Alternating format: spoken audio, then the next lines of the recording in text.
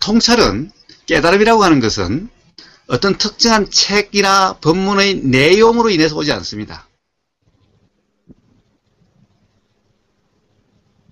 사실은 법문을 듣는 것, 아무리 좋은 법문을 들어도 법문을 듣는 것은 단지 경험일 뿐입니다. 책을 보는 것도 아무리 좋은 책을 본다 하더라도 단지 경험일 뿐입니다. 또 가령 좋지 않는 법문을 듣는 것도 경험일 뿐이고 좋지 않는 책을 보는 것도 경험일 뿐입니다. 통찰은 좋은 책을 보고 좋은 법문을 듣는 데서 오는 것이 아니고 나쁜 책을 보고 좋지 않는 법문을 듣는 데서 오지 않는 것도 아닙니다. 사실은 법문, 좋은 법문이든 나쁜 법문이든 책, 좋은 책이든 안 좋은 책이든 그것을 듣는 것은 듣는 경험이고 들음에 따라서 생각이 일어나는 경험일 뿐이고 보는 것은 보는 경험이고 보험에 따라서 생각이 일어나는 경험일 뿐이지 그 이상의 의미도 그 이하의 의미도 없습니다. 실제로 우리는 지금 현재 계속해서 일상생활에서 계속 보이는 경험을 계속하고 보이면은 생각이 일어나는 경험을 계속하고 있죠. 들리는 온갖 것을 듣죠. 들리는 경험과 들리는 것에 대한 생각이 작용하는 경험을 하고 있죠. 이런 경험과 다를 바가 하나도 없는 겁니다. 무엇을 듣고 무엇을 보고 하는 그 본 내용, 들은 내용 때문에 통찰이 일어나는 것이 아니라 무엇을 봤든 어떤 것을 들었든 들은 내용이 아니라 들은 경험에 깨어있음에서 통찰이 일어나는 겁니다. 깨어있음 상태에서 지금까지 경험한 모든 것을 통해서 통찰이 일어나는 거지 어느 하나를 통해서 통찰이 일어나는 것이 아닌 겁니다.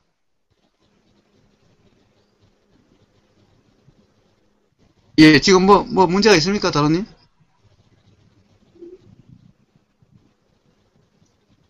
다로님 마이크 꺼져 있습니다.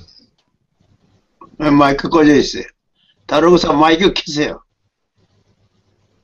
마이크 켜시라고.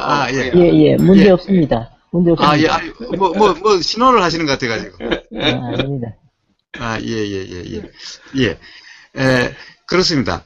이 통찰이라고 하는 것은 일종의 퍼즐 맞추기와 같아가지고, 지금까지 한 모든 보고, 듣고, 냄새 맡고, 맛보고, 온몸으로 느끼고, 그리고 생각, 감정, 의도가 알아지는 그 모든 경험들, 단편들의 경험이 퍼즐 맞추기처럼 맞춰져서 거기에 대한 어떤 그림이 나타나는 것처럼 거기서 어떤 이치가 통찰이 일어나는 거지 하나의 경험에서 통찰이 일어나는 것이 아닌 겁니다. 하나의 경험으로 통찰이 일어난다는 것은 뭐냐? 바로 이것이 관념일 뿐인 겁니다. 그래서 바로 지금까지 한 모든 경험에 통하는 이런 통찰. 그렇기 때문에 그것이 바른 이해, 이치의 이해가 되는 겁니다. 이치의 알미 되는 겁니다.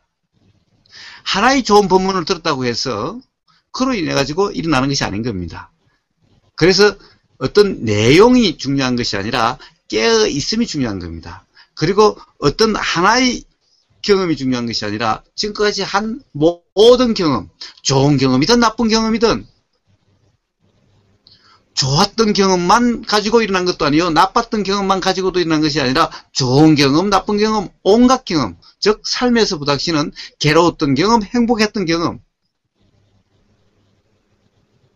삶에서 경험한 모든 경험하기 싫은 경험, 또 하고 싶은 경험, 이런 모든 경험을 다 통해서 통찰이 일어나는 거지 좋았던 경험만 가지고 일어난 것도 아니요 안 좋았던 경험만 가지고 일어난 것도 아니라는 거예요. 그렇기 때문에 삶에서의 모든 경험은 좋은 것도 없고 안 좋은 것도 없다는 거예요. 전부 바로 이러한 이치를 알게 해주는 그런 경험일 뿐인 겁니다. 모든 것은.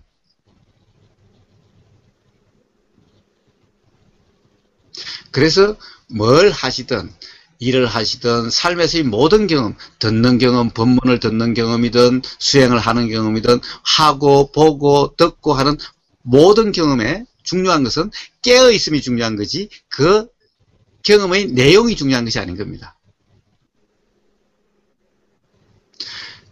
그 경험의 내용이 중요한 것이 아니니 치사 선택할 필요가 없죠. 간택할 필요가 없죠. 좋으니 싫으니 옳으니 그러니 분별할 필요가 없죠. 이렇게 분별할 필요가 없는 겁니다.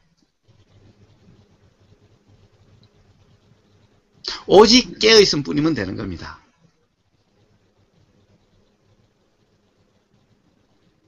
오직 도면 되는 겁니다. 오직 중도면 되는 겁니다.